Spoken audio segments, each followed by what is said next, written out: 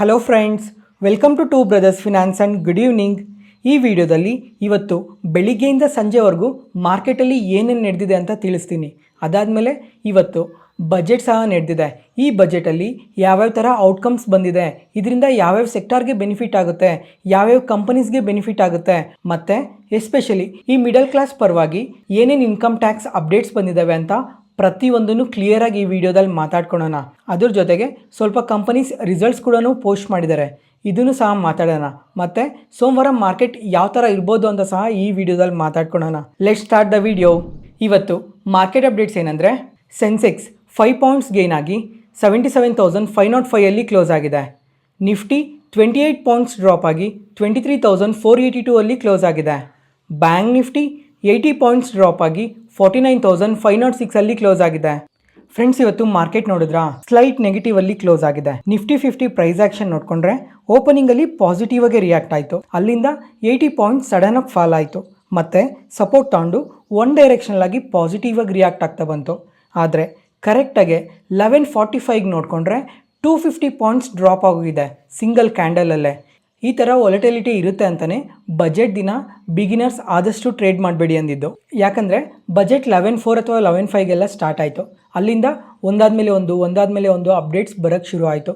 ಅದಾದಮೇಲೆ ಒಂದು data point negative ಆಗಿ ಬಂದಿರೋದಕ್ಕೆ ಮಾತ್ರನೇ 250 ಪಾಯಿಂಟ್ ಸಿಂಗಲ್ ಕ್ಯಾಂಡಲ್ ಫಾಲ್ ಆಗಿದ್ದು. ಮತ್ತು ನಿಫ್ಟಿ ಸಪೋರ್ಟ್ ತಗೊಂಡು ಮತ್ತೇನು ರಿವರ್ಸಲ್ ಆಗೋದಕ್ಕೆ ಟ್ರೈ ಮಾಡ್ತು. ಮತ್ತು ಇನ್ನೂ ಸ್ವಲ್ಪ ನೆಗೆಟಿವ್ ಡೇಟಾ ಪಾಯಿಂಟ್ಸಿಂದ ಕರೆಕ್ಟ್ ಆಗ್ತಾನೆ ಬಂತು. ಅದ್ರ ಜೊತೆಗೆ ಬೆಳಿಗ್ಗೆ ಮಾರ್ಕೆಟ್ ಓಪನಿಂಗ್ ಟೈಮಲ್ಲೇ ನೋಡಿಕೊಂಡ್ರೆ ಈ ರೈಲ್ವೆ ಸ್ಟಾಕ್ಸ್ ಆಗಲಿ, ಡಿಫೆನ್ಸ್ ಸ್ಟಾಕ್ಸ್ ಆಗಲಿ ತುಂಬಾ ಪಾಸಿಟಿವ್ ಆಗಿ ರಿಯಾಕ್ಟ್ ಆಗ್ತಾ ಬಂದವು.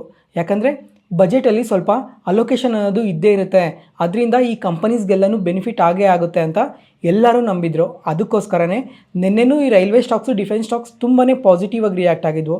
ಅದ್ರ ಜೊತೆಗೆ ಇವತ್ತು ಬೆಳಗ್ಗೆ ಕೂಡ ತುಂಬಾ ಪಾಸಿಟಿವ್ ಆಗಿ ರಿಯಾಕ್ಟ್ ಆದವು. ಮತ್ತು ಬಜೆಟಲ್ಲಿ ಸ್ವಲ್ಪ ನೆಗೆಟಿವ್ ಸೆಂಟಿಮೆಂಟಿಂದ ಈ ಥರ ಸ್ಟಾಕ್ಸ್ ಎಲ್ಲ ಫಾಲ್ ಆಗ್ತಾ ಬಂದವು. ಅದಕ್ಕೋಸ್ಕರನೇ ನಿಫ್ಟಿ 50 ಸ್ವಲ್ಪ ಇವತ್ತು ನೆಗೆಟಿವ್ ಆಗಿ ರಿಯಾಕ್ಟ್ ಆಗಿರೋದು. ಮತ್ತು ಕ್ಲೋಸಿಂಗಲ್ಲಿ ನೋಡಿಕೊಂಡ್ರೆ ಜಸ್ಟ್ ಮಾರ್ಜಿನಲ್ ನೆಗೆಟಿವಲ್ಲಿ ಕ್ಲೋಸ್ ಆಗಿದೆ ಅಷ್ಟೇ. ಫ್ರೆಂಡ್ಸ್, ಇವಾಗ ಈ ಬಜೆಟಲ್ಲಿ ಏನೇನು ಔಟ್ಕಮ್ ಬಂದಿದೆ ಅಂತ ಪ್ರತಿಯೊಂದನ್ನು ಇನ್ ಡೀಟೇಲಾಗಿ ತಿಳ್ಕೊಳ್ಳೋಣ. ಇದು ಯಾವ್ಯಾವ ಸೆಕ್ಟರ್ಗೆ ಬೆನಿಫಿಟ್ ಆಗುತ್ತೆ, ಎಸ್ಪೆಷಲಿ ಮಿಡಲ್ ಕ್ಲಾಸ್ಗೆ ಏನು ಬೆನಿಫಿಟ್ಸ್ ಇದೆ ಟ್ಯಾಕ್ಸಲ್ಲಿ ಅಂತ ಪ್ರತಿಯೊಂದು ಇವಾಗ ಡೀಟೇಲಾಗಿ ಮಾತಾಡ್ಕೊಳ್ಳೋಣ. ಇವಾಗ ನಮ್ಮ ಹಾನರಬಲ್ ಪ್ರೈಮ್ ಮಿನಿಸ್ಟರ್ ಆದ ನರೇಂದ್ರ ಮೋದಿ ಅವರು 3rd ಟರ್ಮಲ್ಲಿ ಇದು ಮೊದಲನೇ ಬಜೆಟ್. ಮತ್ತು ಫಿನಾನ್ಸ್ ಮಿನಿಸ್ಟರ್ ಆದ ನಿರ್ಮಲಾ ಸೀತಾರಾಮನ್ ಅವರು ಬಜೆಟ್ನ ಮಂಡಿಸಿದ್ದಾರೆ. ಇದು ಮೊದಲನೇ ಬಾರಿ ಅಲ್ಲ, ಇದು 8ನೇ ಬಾರಿ ಇವರೇ ಕಂಟಿನ್ಯೂಸ್ ಆಗಿ ಬಜೆಟ್ನ ಮಂಡಿಸ್ತಾ ಇರೋದು. ಮತ್ತು ಇವತ್ತು ಸ್ಪೀಚ್ ನೋಡಿಕೊಂಡ್ರೆ 71 ಮಿನಿಟ್ಸ್ ಮಾತಾಡಿದ್ದಾರೆ. ಇದು ಹೇಳಬೇಕು ಅಂದರೆ ತುಂಬಾ ಕಮ್ಮಿ ಸ್ಪೀಚ್. ಇವರು ಹೈಯೆಸ್ಟ್ ಸ್ಪೀಚ್ ಎಷ್ಟಿದೆ ಅಂತ ನೋಡಿಕೊಂಡ್ರೆ 140 ನಿಮಿಷಕ್ಕಿಂತ ಜಾಸ್ತಿನೇ ಒನ್ ಟೈಮ್ ಮಾತಾಡಿದ್ದಾರೆ. ಮತ್ತು ಫಿನಾನ್ಸ್ ಮಿನಿಸ್ಟರ್ ಆದ ನಿರ್ಮಲಾ ಸೀತಾರಾಮನ್ ಅವರು ಈ ಬಜೆಟ್ನ ಶುರು ಟೈಮಲ್ಲೇ ಹೇಳಿದ್ರು, ಈ ಬಜೆಟ್ ಏನಿದೆ, ಈ ಬಜೆಟ್ ಮಿಡಲ್ ಕ್ಲಾಸ್ಗೋಸ್ಕರ ಮತ್ತು ಬಡವ್ರಿಗೋಸ್ಕರನೇ ಈ ಬಜೆಟ್ ಮಾಡಿರೋದು ಅಂತ. ಆವಾಗ ಕೂಡ ಮಾರ್ಕೆಟ್ ತುಂಬಾ ಪಾಸಿಟಿವ್ ಆಗಿ ರಿಯಾಕ್ಟ್ ಆಯಿತು. ಅಟ್ಲೀಸ್ಟ್ ಈ ಸಲನಾದ್ರೂ ಮಿಡಲ್ ಕ್ಲಾಸ್ಗೆ ಮತ್ತು ಬಡವ್ರಿಗೋಸ್ಕರ ಏನಾದರೂ ಟ್ಯಾಕ್ಸ್ ಬೆನಿಫಿಟ್ಸ್ ಇರುತ್ತಾ ಅಂತ ಮಾರ್ಕೆಟ್ಸ್ ಆವಾಗ ತುಂಬಾ ಪಾಸಿಟಿವ್ ಆಗಿ ರಿಯಾಕ್ಟ್ ಆಯಿತು. ಆಗ ಎಲ್ಲರೂ ಅಂದ್ಕೊಂಡಂಗೆ ಈ ಸಲ ಟ್ಯಾಕ್ಸಸಲ್ಲಿ ಸ್ವಲ್ಪ ಚೇಂಜಸ್ ಇದೆ, ಇದನ್ನು ಮುಂದೆ ಮಾತಾಡ್ಕೊಳ್ಳೋಣ. ಮತ್ತು ಎಲ್ಲದಕ್ಕಿಂತ ಮುಖ್ಯವಾಗಿರೋದೇನು ಅಂತಂದರೆ ಈ ಬಜೆಟಲ್ಲಿ ಯಾವುದೇ ಥರ ನೆಗೆಟಿವ್ ಸ್ಟೇಟ್ಮೆಂಟ್ಸ್ನ ಮಾಡಿಲ್ಲ. ಅದ್ರ ಜೊತೆಗೆ ನೆಗೆಟಿವ್ ಸರ್ಪ್ರೈಸಸ್ ಕೂಡ ಯಾವುದೂ ಇಲ್ಲ. ಅದಕ್ಕೋಸ್ಕರನೇ ಮಾರ್ಕೆಟ್ಸ್ ಅಷ್ಟು ವಾಲಟೈಲಾಗಿ ಮೂವ್ ಆಗಿಲ್ಲ, ಜಸ್ಟ್ ಮಾರ್ಜಿನಲ್ ನೆಗೆಟಿವಲ್ಲಿ ಮಾತ್ರನೇ ಕ್ಲೋಸ್ ಆಗಿರೋದು. ಈ ಬಜೆಟಲ್ಲಿ ಮೇಯ್ನಾಗಿ 2 ಬಗ್ಗೆ ತುಂಬಾ ಕಾನ್ಸಂಟ್ರೇಟ್ ಮಾಡಿದ್ದಾರೆ. ಒಂದು ಮಿಡಲ್ ಕ್ಲಾಸ್ಗೋಸ್ಕರ ತುಂಬಾ ಕಾನ್ಸಂಟ್ರೇಟ್ ಮಾಡಿದ್ದಾರೆ. ಅದಾದಮೇಲೆ ಬಿಹಾರ್ ಸ್ಟೇಟ್ ಇದೆ ಅಲ್ಲ, ಬಿಹಾರ್ ಸ್ಟೇಟ್ಗೋಸ್ಕರ ತುಂಬಾ ಕಾನ್ಸಂಟ್ರೇಟ್ ಮಾಡಿದ್ದಾರೆ. ಯಾಕಂದರೆ ಬಿಹಾರಲ್ಲಿ ತುಂಬಾ ಜಾಸ್ತಿ ಕೇಪೆಕ್ಸ್ ಬಗ್ಗೆ ಎಲ್ಲ ಅಪ್ಡೇಟ್ ಮಾಡಿದ್ದಾರೆ. ಅದರಿಂದನೇ ಬಿಹಾರ್ನ ಇಷ್ಟು ಒತ್ತಿ ಹೇಳ್ತಾ ಇರೋದು. ಯಾಕಂದರೆ ಬಿಹಾರ್ ಗ್ರೋತ್ಗೋಸ್ಕರ ಇವರು ಮಲ್ಟಿಪಲ್ ಅಪ್ಡೇಟ್ಸ್ನ ಮಾಡಿದ್ದಾರೆ ಇವತ್ತು. ಮತ್ತು ಫ್ರೆಂಡ್ಸ್, ಇಲ್ಲೊಂದು PDF ಇದೆ. ಈ PDFಲ್ಲಿ ಕಂಪ್ಲೀಟ್ ಇನ್ಫಾರ್ಮೇಷನ್ ಇರುತ್ತೆ. ಯಾವ್ಯಾವ ಸೆಗ್ಮೆಂಟ್ಗೆ ಎಷ್ಟೆಷ್ಟು ಅಲೋಕೇಶನ್ಸ್ ಇದೆ, ಏನೇನು ಅಪ್ಡೇಟ್ಸ್ ಬಂದಿದ್ದಾವೆ, ಯಾವ್ಯಾವ ಸೆಕ್ಟರಲ್ಲಿ ಒಳ್ಳೆ ಗ್ರೋತ್ ಇರುತ್ತೆ ಅಂತ ಪ್ರತಿಯೊಂದನ್ನು ಕ್ಲಿಯರಾಗಿ ಮೆನ್ಷನ್ ಮಾಡಿದ್ದಾರೆ ಈ PDF ಅಲ್ಲಿ. ಇವಾಗ ಎಕ್ಸಾಂಪಲ್ MSMEಗೆ ಎಷ್ಟು ಅಲೋಕೇಶನ್ ಕೊಡಬೇಕು, ಎಷ್ಟು ಕ್ರೆಡಿಟ್ ಫೆಸಿಲಿಟಿ ಇರಬೇಕು, ಮತ್ತು ಎಕ್ಸ್ಪೋರ್ಟ್ ರಿಲೇಟೆಡ್ ಆಗಿ, ಅಗ್ರಿಕಲ್ಚರ್ ರಿಲೇಟೆಡ್ ಆಗಿ, ಇನ್ವೆಸ್ಟ್ಮೆಂಟ್ ರಿಲೇಟೆಡ್ ಆಗಿ, ಮತ್ತು ಹೊಸ ಟ್ಯಾಕ್ಸ್ ಪ್ರಪೋಸಲ್ಸ್ ಏನಿದೆ, ಗೌರ್ಮೆಂಟ್ಗೆ ದುಡ್ಡು ಎಲ್ಲಿಂದ ಬರ್ತಾ ಇದೆ, ಗೌರ್ಮೆಂಟ್ ಆ ದುಡ್ಡನ್ನು ಎಲ್ಲಿಗೆ ಖರ್ಚು ಮಾಡ್ತಾ ಇದ್ದಾರೆ ಅಂತ ಪ್ರತಿಯೊಂದು ಇನ್ ಡೀಟೇಲಾಗಿ ಕೊಟ್ಟಿರ್ತಾರೆ. ಮತ್ತು ಅದ್ರ ಜೊತೆಗೆ ಯಾವ್ಯಾವ ಸೆಕ್ಟರ್ಗೆ ಎಷ್ಟೆಷ್ಟು ಸ್ಪೆಂಡ್ ಮಾಡ್ತಾ ಇದ್ದಾರೆ ಅಂತ ಪ್ರತಿಯೊಂದನ್ನು ಡೀಟೇಲಾಗಿ ಕೊಟ್ಟಿದ್ದಾರೆ. ಈ PDF ಡಿಸ್ಕ್ರಿಪ್ಷನಲ್ಲಿ ಕೊಟ್ಟಿರ್ತೀನಿ, ಒಂದ್ಸಲ ಚೆಕ್ ಮಾಡಿ. ಕಂಪ್ಲೀಟಾಗಿ ನೀವು ಬಜೆಟ್ ಬಗ್ಗೆ ತಿಳ್ಕೊಬೇಕು ಅಂದರೆ ಇದೊಂದು PDF ಓದಿದ್ರೆ ಸಾಕು. ಪ್ರತಿಯೊಂದನ್ನು ಕ್ಲಿಯರಾಗಿ ಮೆನ್ಷನ್ ಮಾಡಿರ್ತಾರೆ. ಅದಕ್ಕೋಸ್ಕರ ಬಜೆಟ್ ಅಪ್ಡೇಟ್ಸ್ ಬಗ್ಗೆ ಒಂದೊಂದಾಗಿ ಮಾತಾಡ್ಕೊಳೋಣ. ಇವಾಗ ಮೊದಲನೇದಾಗಲಿ ಫಿಸಿಕಲ್ ಡೆಫಿಸಿಟ್. ಪ್ರತಿಯೊಬ್ಬರೂ ಫಿಸಿಕಲ್ ಡೆಫಿಸಿಟ್ ಬಗ್ಗೆ ಮಾತಾಡ್ತಾ ಇದ್ದಾರೆ, ಯಾಕಂದರೆ ಇಯರ್ ಆನ್ ಇಯರ್ ಕಂಪ್ಯಾರಿಸನಲ್ಲಿ ಸ್ವಲ್ಪ ಕಮ್ಮಿ ಆಗ್ತಾ ಇದೆ ಅಂತ. ಮತ್ತು ಮಾರ್ಕೆಟ್ಸ್ ಇನ್ನೊಂದು ನೆಗೆಟಿವ್ ಡೇಟಾ ಪಾಯಿಂಟ್ ಆಗಿ ಏನು ತೊಗೊಂಡಿದೆ ಅಂದರೆ ಈ ಕ್ಯಾಪಿಟಲ್ ಎಕ್ಸ್ಪೆಂಡಿಚರ್ ಇರುತ್ತಲ್ಲ, ಇಯರ್ ಆನ್ ಇಯರ್ ಕಂಪ್ಯಾರಿಸನಲ್ಲಿ ಇದು ಕೂಡ ಸ್ವಲ್ಪ ಕಮ್ಮಿ ಆಗಿದೆ. ಅದಕ್ಕೋಸ್ಕರ ಸ್ವಲ್ಪ ಮಾರ್ಕೆಟ್ ನೆಗೆಟಿವ್ ಆಗಿ ರಿಯಾಕ್ಟ್ ಆಗಿರೋದು. ಮತ್ತು ಈ ಇಮೇಜ್ನ ನೋಡಿ, ಗೌರ್ಮೆಂಟ್ಗೆ ಎಲ್ಲೆಲ್ಲಿಂದ ದುಡ್ಡು ಬರ್ತಾ ಇದೆ ಅಂತ ಕ್ಲಿಯರಾಗಿ ಮೆನ್ಷನ್ ಮಾಡಿರ್ತಾರೆ. ಇವಾಗ ಹೈಯೆಸ್ಟ್ ದುಡ್ಡು ಎಲ್ಲಿಂದ ಬರುತ್ತೆ ಅಂದರೆ ಬಾರೋಯಿಂಗ್ಸ್ ಮತ್ತು ಅದರ್ ಲಯಬಿಲಿಟೀಸಿಂದ ಗೌರ್ಮೆಂಟ್ಗೆ ಜಾಸ್ತಿ ದುಡ್ಡು ಬರುತ್ತೆ. ಅದಾದಮೇಲೆ ಇನ್ಕಮ್ ಟ್ಯಾಕ್ಸ್. ಇವಾಗ ಟ್ಯಾಕ್ಸಸ್ನ ಪ್ರತಿಯೊಬ್ಬರೂ ಕಟ್ತಾನೆ ಇರ್ತೀವಲ್ಲ, ಈ ಟ್ಯಾಕ್ಸಸ್ಸಿಂದ ನೋಡ್ಕೊಂಡ್ರೇ ಗೌರ್ಮೆಂಟ್ಗೆ 22% ಬರುತ್ತೆ. ಅದಾದಮೇಲೆ ಜಿ ಎಸ್ ಟಿ ಕಲೆಕ್ಷನಿಂದ ನೋಡಿಕೊಂಡ್ರೆ 18% ಗೌರ್ಮೆಂಟ್ಗೆ ರೆವಿನ್ಯೂಸ್ ಬರುತ್ತೆ. ಮತ್ತು ಕಾರ್ಪೊರೇಟ್ ಟ್ಯಾಕ್ಸಿಂದ ನೋಡಿಕೊಂಡ್ರೆ 17% ಗೌರ್ಮೆಂಟ್ಗೆ ರೆವಿನ್ಯೂಸ್ ಬರುತ್ತೆ. ಇವಾಗ ಗೌರ್ಮೆಂಟ್ ಬಂದಿರೋ ದುಡ್ಡನ್ನೆಲ್ಲ ಎಲ್ಲೆಲ್ಲಿಗೆ ಖರ್ಚು ಮಾಡ್ತಾ ಇದ್ದಾರೆ ಅಂತ ನೋಡಿಕೊಂಡ್ರೆ ಹೈಯೆಸ್ಟ್ ಎಲ್ಲಿ ಖರ್ಚು ಮಾಡ್ತಾರೆ ಅಂದರೆ ಸ್ಟೇಟ್ ವೈಸ್ ಡಿಸ್ಟ್ರಿಬ್ಯೂಷನ್ ಮಾಡ್ತಾರೆ. ಅದಾದಮೇಲೆ ಇಂಟ್ರೆಸ್ಟ್ ಪೇಮೆಂಟ್ಸ್ಗೂ ಇವರು ತುಂಬಾ ಖರ್ಚು ಮಾಡ್ತಾ ಇದ್ದಾರೆ. ಇವಾಗ ಸೆಂಟ್ರಲಲ್ಲಿ ಸ್ವಲ್ಪ ಸ್ಕೀಮ್ಸ್ ಎಲ್ಲ ಇರುತ್ತಲ್ಲ, ಆ ಸ್ಕೀಮ್ಸ್ ಬೆನಿಫಿಟ್ಸ್ಗೋಸ್ಕರ ಮತ್ತು ಇನ್ನೂ ಸ್ವಲ್ಪ ಜಾಸ್ತಿನೇ ಖರ್ಚು ಮಾಡ್ತಾ ಇದ್ದಾರೆ. ಅದ್ರ ಜೊತೆಗೆ ಡಿಫೆನ್ಸ್ ರಿಲೇಟೆಡ್ ಆಗಿ ಮತ್ತು ಗೌರ್ಮೆಂಟ್ ಸಬ್ಸಿಡೀಸ್ಗೆ, ಪೆನ್ಷನ್ಸ್ಗೆ, ಈ ಥರ ಎಲ್ಲದಕ್ಕೂ ಗೌರ್ಮೆಂಟ್ ಸ್ಪೆಂಡ್ ಮಾಡ್ತಾ ಇರುತ್ತೆ. ಮತ್ತು ಇವಾಗ ಕಾಮನ್ನಾಗಿ ಎಲ್ಲರಿಗೂ ಒಂದು ಡೌಟ್ ಇದೆ. ಇವತ್ತು ರೈಲ್ವೆ ಸ್ಟಾಕ್ಸು ಮತ್ತು ಡಿಫೆನ್ಸ್ ಸ್ಟಾಕ್ಸು ಮಾರ್ಕೆಟ್ ಓಪನಿಂಗಲ್ಲಿ ನೋಡಿಕೊಂಡ್ರೆ ತುಂಬಾ ಪಾಸಿಟಿವ್ ಆಗಿ ರಿಯಾಕ್ಟ್ ಆದವು. ಆದರೆ ಮಧ್ಯಾಹ್ನಕ್ಕೆಲ್ಲ ನೋಡಿಕೊಂಡ್ರೆ ಆ ಸ್ಟಾಕ್ಸ್ ಎಲ್ಲನೂ ತುಂಬಾ ಫಾಲ್ ಹೋಗಿದ್ದಾವೆ ಅಂತ ಎಲ್ಲರಿಗೂ ಅನಿಸಿರುತ್ತೆ. ಯಾಕಂದರೆ ಈ ರೈಲ್ವೇಸ್ಗೆ ಇಯರ್ ಆನ್ ಇಯರ್ ಕಂಪ್ಯಾರಿಸನಲ್ಲಿ ನೋಡಿಕೊಂಡಾಗ ಹಿಂದಿನ ವರ್ಷ 2.62 lakh crores ಅಷ್ಟು ಕೇಪೆಕ್ಸ್ ಮಾಡ್ತೀವಿ ಅಂತ ಅಪ್ಡೇಟ್ ಮಾಡಿದ್ರು. ಅವಾಗ ಅದು ಈ ವರ್ಷಕ್ಕೆ ನೋಡಿಕೊಂಡ್ರೆ ಇನ್ನೊಂದು ಚೂರು ಜಾಸ್ತಿ ಆಗುತ್ತೆ, ಇನ್ನೊಂದು 15-20% ಇನ್ಕ್ರೀಸ್ ಆಗ್ಬೋದು ಅಂತ ಎಕ್ಸ್ಪೆಕ್ಟ್ ಮಾಡಿದರು. ಆದರೆ ಆ ಎಕ್ಸ್ಪೆಕ್ಟೇಷನ್ನ ಮೀಟ್ ಆಗಲಿಲ್ಲ. ಅದರಿಂದನೇ ಈ ಸೆಕೆಂಡ್ ಹಾಫಲ್ಲಿ ರೈಲ್ವೆ ಸ್ಟಾಕ್ಸ್ ಎಲ್ಲ ತುಂಬಾ ಫಾಲ್ ಆಗಿದ್ದು. ಮತ್ತು ಡಿಫೆನ್ಸ್ ರಿಲೇಟೆಡ್ ಆಗೂ ಕೇಪೆಕ್ಸ್ನ ಇಯರ್ ಆನ್ ಇಯರ್ ಕಂಪ್ಯಾರಿಸನಲ್ಲಿ ಸ್ವಲ್ಪ ಕಮ್ಮಿ ಮಾಡಿದ್ದಾರೆ. ಅದರಿಂದನೇ ಈ ಸೆಕೆಂಡ್ ಹಾಫಲ್ಲಿ ಡಿಫೆನ್ಸ್ ಸ್ಟಾಕ್ಸ್ ಎಲ್ಲ ತುಂಬಾ ಕರೆಕ್ಟ್ ಆಗಿರೋದು. ನೆಕ್ಸ್ಟ್ ಅದಾದಮೇಲೆ ಈ ಬಜೆಟಲ್ಲಿ ಕಮ್ಮಿಂಗ್ ಟೈಮಲ್ಲಿ ಯಾವ್ಯಾವ ಪ್ರಾಡಕ್ಟ್ಸ್ ಚೀಪ್ ಆಗ್ತಾ ಇದ್ದಾವೆ, ಯಾವ್ಯಾವ ಪ್ರಾಡಕ್ಟ್ಸ್ ಕಾಸ್ಟ್ಲಿ ಆಗ್ತಾ ಇದ್ದಾವೆ ಅಂತ ಕೂಡ ಅಪ್ಡೇಟ್ ಮಾಡಿದ್ದಾರೆ. ಇದರಲ್ಲಿ ನೋಡಿಕೊಂಡ್ರೆ ಇವಾಗ ಯಾವ್ಯಾವ ಪ್ರಾಡಕ್ಟ್ಸ್ ಚೀಪ್ ಆಗ್ತಾ ಇದ್ದಾವೆ ಅಂತ ನೋಡಿಕೊಂಡ್ರೆ ಈ ಮೊಬೈಲ್ ಫೋನ್ಗೆ ಬ್ಯಾಟ್ರೀಸ್ ಇರುತ್ತಲ್ಲ, ಇವು ಕಮ್ಮಿಂಗ್ ಟೈಮಲ್ಲಿ ಸ್ವಲ್ಪ ಕಮ್ಮಿ ರೇಟ್ಗೆ ಸಿಗ್ತವೆ. ಅದಾದಮೇಲೆ ಮತ್ತು 36 ಲೈಫ್ ಸೇವಿಂಗ್ ಡ್ರಗ್ಸ್ ಇರುತ್ತಲ್ಲ, ಈ ಡ್ರಗ್ಸ್ ಕೂಡ ಕಮ್ಮಿಂಗ್ ಟೈಮಲ್ಲಿ ಸ್ವಲ್ಪ ಕಮ್ಮಿ ರೇಟ್ಗೆ ಸಿಗುತ್ತೆ.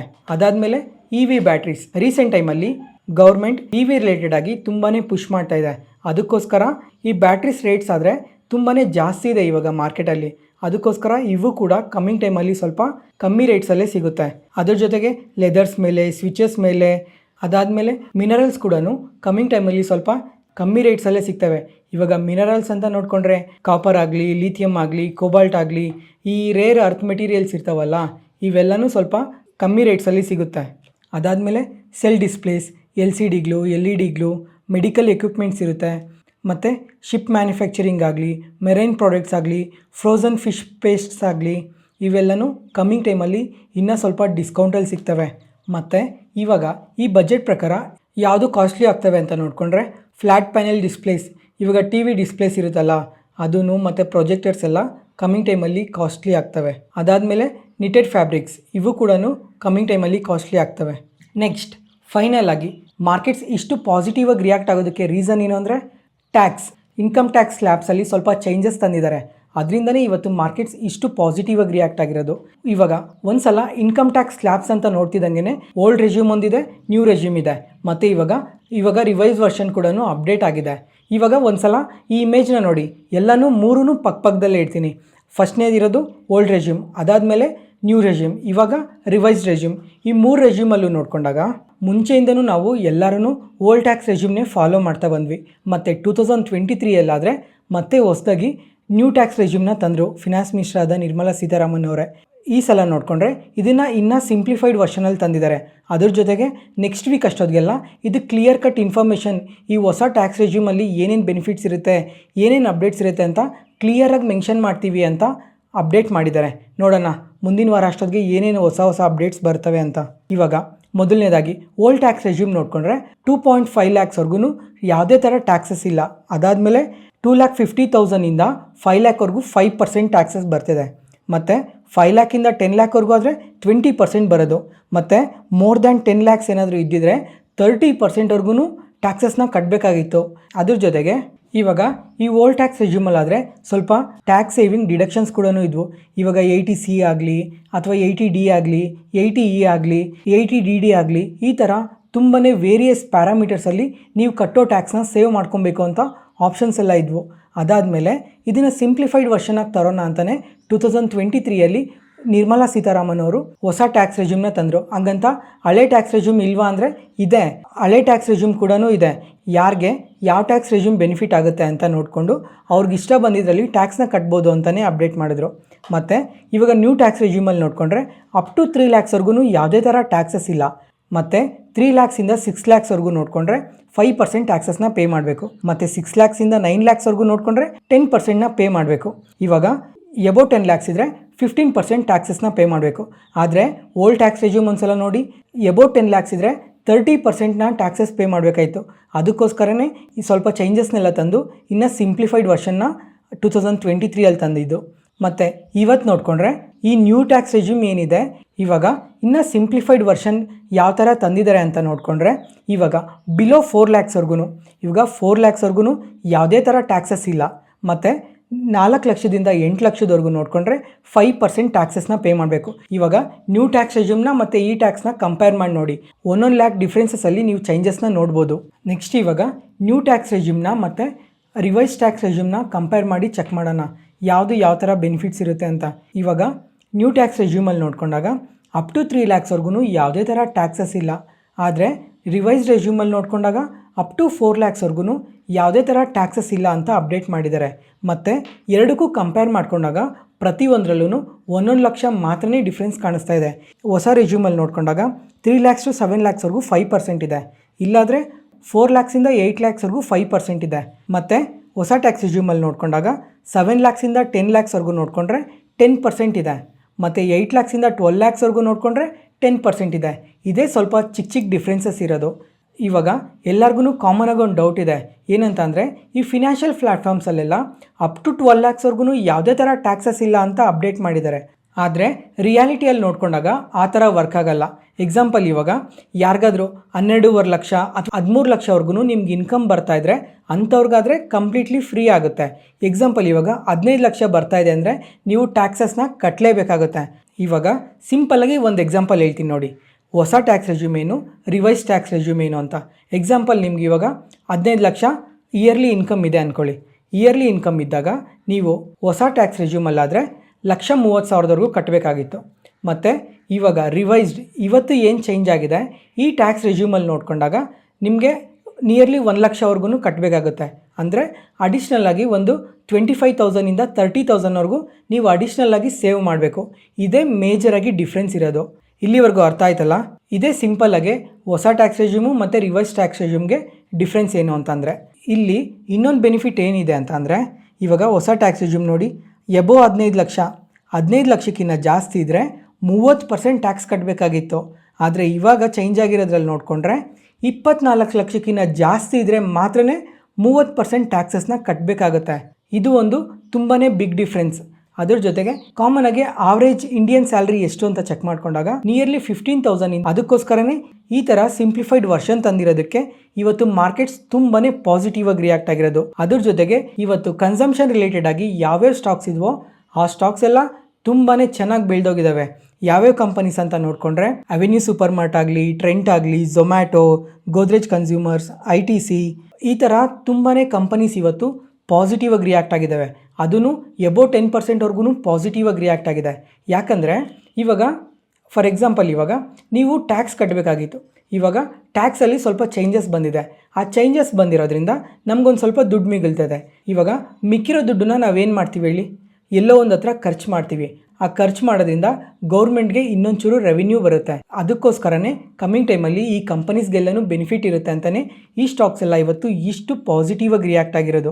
ಅದ್ರ ಜೊತೆಗೆ ರೀಸೆಂಟಾಗಿ ಕನ್ಸಂಪ್ಷನ್ ಡೌನ್ ಆಗ್ತಾ ಇದೆ, ರೂರಲ್ ಎಕಾನಮಿ ಪಿಕಪ್ ಆಗ್ತಿಲ್ಲ, ಅರ್ಬನಲ್ಲೂ ಸ್ವಲ್ಪ ಸ್ಲೋ ಡೌನ್ ಇದೆ ಅಂತ ತುಂಬ ಫಿನಾನ್ಷಿಯಲ್ ಪ್ಲಾಟ್ಫಾರ್ಮ್ಸಲ್ಲಿ ನೋಡ್ತಾ ಇದ್ವಿ. ಕಂಪ್ಲೀಟಾಗಿ ಎಕಾನಮಿ ಸ್ಲೋ ಡೌನ್ ಇದೆ ಅಂತ ಎಲ್ಲ ಅಪ್ಡೇಟ್ ಆಗ್ತಾ ಇತ್ತು. ಅದ್ರ ಜೊತೆಗೆ ಮಾರ್ಕೆಟ್ ಕೂಡ ಕರೆಕ್ಟ್ ಆಗಿತ್ತು. ಓವರಾಲ್ ಎಕಾನಮಿಯಲ್ಲಿ ಸ್ವಲ್ಪ ನೆಗೆಟಿವಿಟಿ ಇತ್ತು. ಅದಕ್ಕೋಸ್ಕರ ಈ ಥರ ಟ್ಯಾಕ್ಸಸಲ್ಲಿ ಸ್ವಲ್ಪ ಚೇಂಜಸ್ ತಂದು ಎಕಾನಮಿನ ಬೂಸ್ಟ್ ಮಾಡೋದಕ್ಕೋಸ್ಕರ ಈ ಥರ ಹೊಸ ಟ್ಯಾಕ್ಸ್ ರೆಜ್ಯೂಮ್ನ ತಂದಿರಬೇಕು ಇವತ್ತು. ಈ ಟ್ಯಾಕ್ಸಸ್ ಬಗ್ಗೆ ಎಲ್ಲ ಅರ್ಥ ಆಯಿತು ಅಂತ ತಿಳ್ಕೊತೀನಿ. ಈ ಥರ ಬಜೆಟ್ ರಿಲೇಟೆಡ್ ಆಗಿ ಇಷ್ಟು ಸಿಂಪ್ಲಿಫೈಡ್ ವರ್ಷನ್ ಆಗಿ ಪ್ರತಿಯೊಂದನ್ನು ಡೀಟೇಲಾಗಿ ಎಕ್ಸ್ಪ್ಲೈನ್ ಮಾಡ್ತಾ ಇದ್ದೀನಲ್ಲ, ಈ ವಿಡಿಯೋದಲ್ಲಿರೋ ಕಂಟೆಂಟ್ ಏನಾದರೂ ನಿಮಗೆ ಇಷ್ಟ ಆದರೆ ಈ ವಿಡಿಯೋನ ಲೈಕ್ ಮಾಡಿ, ಮತ್ತು ನಿಮ್ಮ ಫ್ರೆಂಡ್ಸಲ್ಲಿ ಯಾರಿಗಾದ್ರೂ ಸ್ಟಾಕ್ ಮಾರ್ಕೆಟ್ ಬಗ್ಗೆ ಇಂಟ್ರೆಸ್ಟ್ ಇರೋರಿಗೆ ಈ ವಿಡಿಯೋಸ್ನ ಶೇರ್ ಮಾಡಿ, ಅವ್ರಿಗೂ ತುಂಬ ಉಪಯೋಗ ಆಗುತ್ತೆ. ನೆಕ್ಸ್ಟ್ ಇವತ್ತು ನಮ್ಮ ಮಾರ್ಕೆಟ್ ಟೈಮಲ್ಲೇ ಇನ್ನೂ ಸ್ವಲ್ಪ ಕಂಪನೀಸ್ ಎಲ್ಲ ಕ್ವಾರ್ಟರ್ಲಿ ರಿಸಲ್ಟ್ಸ್ನ ಪೋಸ್ಟ್ ಮಾಡಿದ್ದಾರೆ. ಯಾವ್ಯಾವ ಕಂಪನೀಸ್ ಅಂತ ನೋಡಿಕೊಂಡ್ರೆ, ಒಂದು ವಿನತಿ ಆರ್ಗಾನಿಕ್ಸ್. ಈ ಕಂಪನಿ ಇವತ್ತು ಕ್ವಾರ್ಟರ್ಲಿ ರಿಸಲ್ಟ್ಸ್ನ ಪೋಸ್ಟ್ ಮಾಡಿದ್ದಾರೆ. ಇವ್ರ ರೆವೆನ್ಯೂಸಲ್ಲಿ ನೋಡಿಕೊಂಡ್ರೆ 16% ಗ್ರೋತ್ ಇದೆ ಇಯರ್ ಆನ್ ಇಯರಲ್ಲಿ, ಮತ್ತು ಪ್ರಾಫಿಟ್ಸ್ ಆದರೆ 24% ಗ್ರೋತ್ ಇದೆ. ಮತ್ತು ಕ್ವಾರ್ಟರಲ್ಲಿ ಚೆಕ್ ಮಾಡ್ಕೊಂಡಾಗ ರೆವೆನ್ಯೂಸ್ ಮತ್ತು ಪ್ರಾಫಿಟ್ಸ್ ಎರಡೂ ಡ್ರಾಪ್ ಆಗಿದೆ. ನೋಡೋಣ ಸೋಮವಾರ ಯಾವ ಥರ ರಿಯಾಕ್ಟ್ ಆಗುತ್ತೆ ಅಂತ. ಅದಾದಮೇಲೆ ವಿಶಾಲ್ ಮಾರ್ಟ್, ಇವರು ಸಹ ನಿನ್ನೆನೇ ಕ್ವಾರ್ಟರ್ಲಿ ರಿಸಲ್ಟ್ಸ್ನ ಪೋಸ್ಟ್ ಮಾಡಿದರು. ಆದರೆ ಇವತ್ತು ಮಾರ್ಕೆಟ್ ಓಪನಿಂಗ್ ಟೈಮಲ್ಲಿ ನೋಡಿಕೊಂಡ್ರೆ ಯಾವುದೇ ಥರ ರಿಯಾಕ್ಟ್ ಆಗಲಿಲ್ಲ. ಈ ಟ್ಯಾಕ್ಸ್ ಕಟ್ ಬಗ್ಗೆ ಯಾವಾಗ ಅಪ್ಡೇಟ್ ಆಯಿತೋ ಆವಾಗ ಈ ಸ್ಟಾಕ್ ಕೂಡ ತುಂಬಾ ಪಾಸಿಟಿವ್ ಆಗಿ ರಿಯಾಕ್ಟ್ ಆಗಿದೆ. ಮತ್ತು ಇವಾಗ ಇವ್ರ ಕ್ವಾರ್ಟರ್ಲಿ ರಿಸಲ್ಟ್ಸ್ ನೋಡಿಕೊಂಡಾಗ ಇಯರ್ ಆನ್ ಇಯರಲ್ಲಿ ರೆವಿನ್ಯೂಸಲ್ಲಾದರೆ 20% ಗ್ರೋತ್ ಇದೆ, ಮತ್ತು ಪ್ರಾಫಿಟ್ಸಲ್ಲಿ ನೋಡಿಕೊಂಡ್ರೆ 28% ಗ್ರೋತ್ ಇದೆ. ಓವರಾಲ್ ಗುಡ್ ರಿಸಲ್ಟ್ಸ್ನ ಪೋಸ್ಟ್ ಮಾಡಿದ್ದಾರೆ. ಅದಾದಮೇಲೆ ಇಪ್ಯಾಕ್ ಡ್ಯೂರೇಬಲ್ಸ್, ಈ ಕಂಪನಿ ಸಹ ನಿನ್ನೆ ಮಾರ್ಕೆಟ್ ಕ್ಲೋಸ್ ಆದಮೇಲೆ ಕ್ವಾರ್ಟರ್ಲಿ ರಿಸಲ್ಟ್ಸ್ನ ಪೋಸ್ಟ್ ಮಾಡಿದ್ದಾರೆ. ಇವ್ರ ರಿಸಲ್ಟ್ಸ್ ನೋಡಿಕೊಂಡ್ರೆ ಇಯರ್ ಆನ್ ಇಯರಲ್ಲಿ ರೆವಿನ್ಯೂಸ್ ಆದರೆ 35% ಇನ್ಕ್ರೀಸ್ ಆಗಿದೆ, ಆದರೆ ಪ್ರಾಫಿಟ್ಸಲ್ಲಿ ತುಂಬಾ ಡ್ರಾಪ್ ಆಗಿದೆ. ನಿಯರ್ಲಿ 49%ವರೆಗೂ ಪ್ರಾಫಿಟ್ಸ್ ಡ್ರಾಪ್ ಆಗಿದೆ. ಅದರಿಂದನೇ ಇವತ್ತು ಕನ್ಸ್ಯೂಮರ್ ಡ್ಯೂರಬಲ್ ಸ್ಟಾಕ್ಸ್ ಎಲ್ಲ ಪಾಸಿಟಿವ್ ಆಗಿ ರಿಯಾಕ್ಟ್ ಆಗಿದ್ರು ಈ ಕಂಪನಿ ಮಾತ್ರ ಇವತ್ತು 5% ನೆಗೆಟಿವಲ್ಲೇ ಕ್ಲೋಸ್ ಆಗಿದೆ. ನೆಕ್ಸ್ಟ್ ಅದಾದಮೇಲೆ ಇವಾಗ US ಮಾರ್ಕೆಟ್ಸ್ ಬಗ್ಗೆ ಮಾತಾಡ್ಕೊಂಡ್ರೆ, ಫ್ರೆಂಡ್ಸ್ ಲಾಸ್ಟ್ 2-3 ಡೇಸಿಂದನೂ ಹೇಳ್ತಾನೆ ಇದ್ದೆ, US ಅಲ್ಲಿ ಫೆಬ್ರವರಿ 1 ಟ್ಯಾರಿಫ್ನ ಹೈಕ್ ಮಾಡ್ತಾರೆ ಅಂತ ಅಪ್ಡೇಟ್ ಮಾಡ್ತಾನೆ ಇದ್ದೆ. ಇವತ್ತು ಫೆಬ್ರವರಿ 1 ಇವತ್ತಿಂದ ಚೈನಾ ಮೇಲೆ, ಮೆಕ್ಸಿಕೋ ಮೇಲೆ, ಕ್ಯಾನಡಾ ಮೇಲೆ 25% ಟ್ಯಾಕ್ಸಸ್ನ ಇನ್ಕ್ರೀಸ್ ಮಾಡಿದ್ದಾರೆ.